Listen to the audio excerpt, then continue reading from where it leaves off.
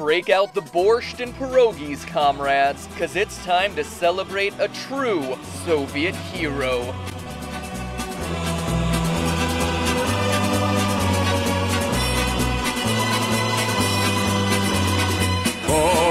Żółki zazwyczaj, dzwonki pieśni kazaków, wся stanica choć daleko. Hello Internet, welcome to Game Theory, slightly funnier than Carlos Mencia.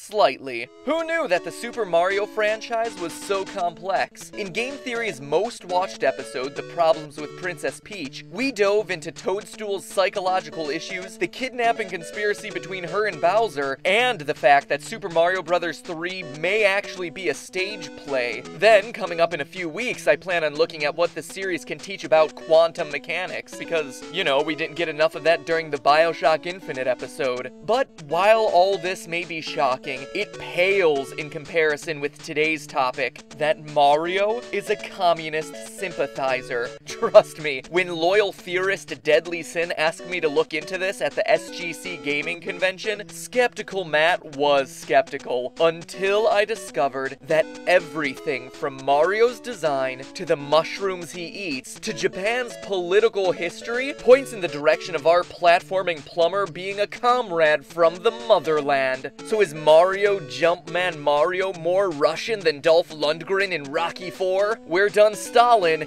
time to find out. For those of you who didn't understand the epic rap battle season 2 finale,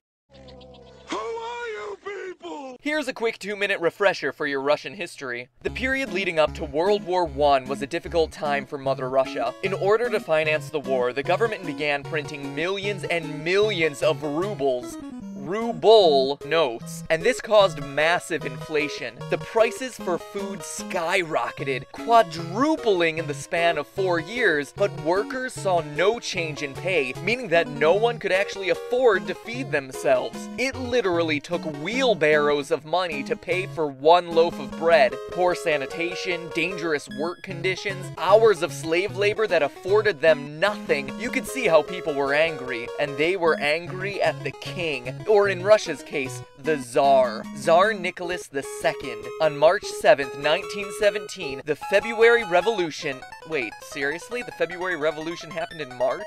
Fail, Russia, fail! Saw the people overthrow Nicholas and his royal family. Enter communism, a movement to create a classless, moneyless society in which everyone, from the working class proletariat to the rich bourgeoisie, shares the wealth. This was the teachings of Marx. The other one. The other one. Is that really him? Wow, he looks like a cross between socialism and Santa Claus. To the fed-up Russians, a system in which everyone shares the wealth seemed pretty good, and on November 7th of 1917, the October Revolution, you can probably see a pattern there, the communists took over. Now, for those of you who weren't forced to read Animal Farm 4 times during your high school career, there are 3 important communists to know: Lenin, Stalin, and Trotsky.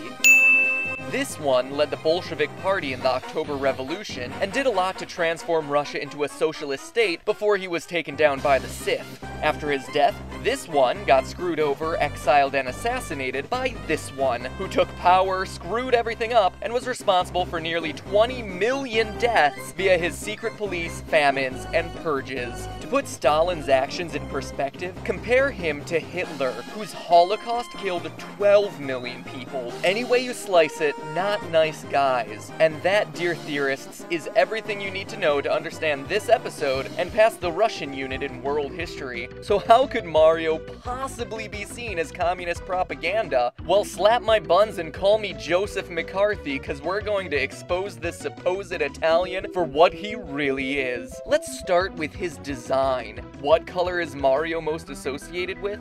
Red. Ever wonder why red was chosen? The classic story is that it was to contrast against the blue background, which would make sense if red was truly the color opposite of blue, but it's not. On any color wheel, orange is the color that is directly across from blue, and orange has just as many shades of red, if not more, in the NES color palette. How much orange is used in the game? Next to none. How much red was used? used? A lot. Back in the real world, communism was also strongly associated with red, being known as the Red Threat, the Red Scare, the Red Terror. Then there's Fireflower Mario, clad all in red and white. If he wasn't sporting the communist colors before, he certainly is now the red and white of Lenin's Bolshevik party. But it's not just his colors. Check out the hat. Is it a coincidence that Mario's hat just so happens to sport a similar shape and, more strangely, a similar design as communism's most infamous leader? Perhaps. I mean, it is a bit odd that Mario's hat and Stalin's both have a circle in the front with a signature logo, but we can pass that off as happenstance. How about that facial hair, though? Is it also a coincidence that Mario's mustache looks like it was directly ripped off the face of someone in contention for the world's most evil man? 4 out of 5 communist leaders agree a good mustache is half the uniform. Mario is mustache approved. And while we're looking at character design, let's not forget one of the recurring villains of the Mario franchise, Wario. Wario was created as the anti-Mario, am I right? And what are the 2 things Wario is known for? Being 10 feet tall. Oh, shut up. Being fat and being greedy. He's a walking American stereotype, an overweight capitalist pig who eats way too much and loves money. Just look at his games. They're all about collecting treasure, accumulating coins, gaining more wealth. Even back to the first Wario Land, the better endings get you bigger and bigger houses. And achievement being tied to material wealth is as American as apple pie. Wario's the bougie fat cat counterpoint to our proletariat plumber. And let's look at that for a second, shall we? What is Mario exactly? A plumber who started off as a carpenter, both working class, physical labor positions that define members of the Communist Party. Remember, this was a political movement responding to the mistreatment of the working class by the exclusionary upper classes, meaning that blue-collar Mario would fit the bill perfectly. And while we're looking at Mario's proletariat predilection, what's his signature weapon again? Oh, that's right. Hammers. Need I say more? If only Magus appeared in these games, then we'd have the complete communist toolkit. But that's not all, dear theorists. What's the goal of Super Mario Bros? To overthrow a king, King Koopa. And what was the role of the Russian Revolution? To overthrow a king, Tsar Nicholas II. And what do you do at the end of every level in Mario?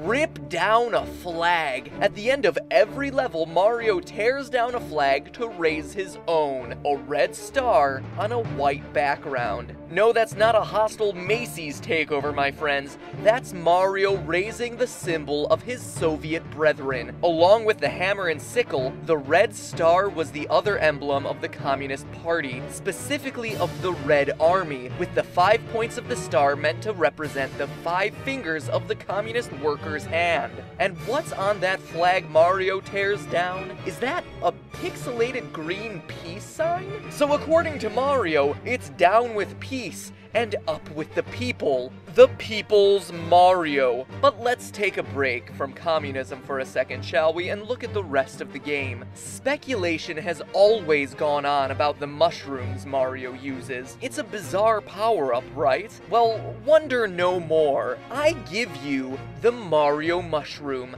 Amanita muscaria, the fly Amanita. Look familiar? Not only does it look like Mario's mushrooms, it acts like them too, as this poisonous mushroom has been used throughout history for its ability to cause hallucinations. And you know where in the world it's found? Siberia, aka the eastern half of Mother Russia. But seriously, if you're still questioning Mario's loyalty, stop to consider the development of the game. If Super Mario were developed in America, there would be no chance of any sort of communist leanings. But as we all know, Nintendo is located in Japan. And while Japan may not be a communist state, the Japanese Communist Party has been a strong presence in their elections since the 1950s. In fact, it was at its strongest in the 1970s 70s and 80s, when Mario games were first being developed. Of the nearly 50 million votes cast in any given election during that time, well over 5 million, or 10%, go to the Japanese Communist Party. Is it then so difficult to believe that one, maybe two of the people involved in the development of the game could have subtly worked in some of their political beliefs? All it takes is one.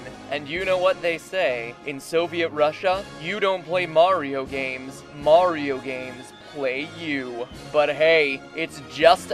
Hold on a sec. Seriously? Mario is communist. Come on! The green peace sign Mario tears down? Clearly it's a skull. If it was meant to be a peace sign, there would be one more green pixel at the bottom on either side to complete the round look. And while yes, Mario may be overthrowing King Koopa, he's also instating another aristocracy. This one supervised by a mentally unstable princess in pink. Not much of a people's plumber there, huh, Jumpman? Regardless though, it makes you question, right? So, is Mario communist? Maybe he is, maybe he isn't. I'll leave that for you to debate. But from the mushrooms, to his enemies, to the design of the character, to Japanese political history, it's definitely not as ridiculous as it might initially sound. But in the end, it's just a theory. A game theory. Nostrovia.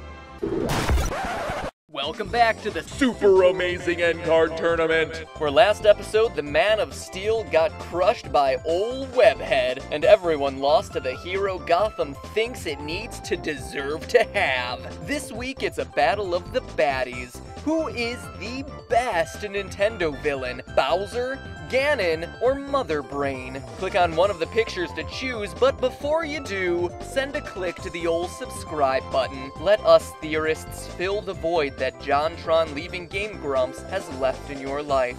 But seriously, we've been growing quickly thanks to your help and support, so thank you. I had the honor of saying that to a lot of you during the SGC Gaming Convention, but for everyone who wasn't there, thank you for making this show possible. You give us an excuse every week to do something we love to do, so just so you know, we appreciate it. You're just as much a part of this show as we are, and our success is your success as well. Just wanted to let you know, we love you, man. Now click on one of those characters already. This video's gone on long enough.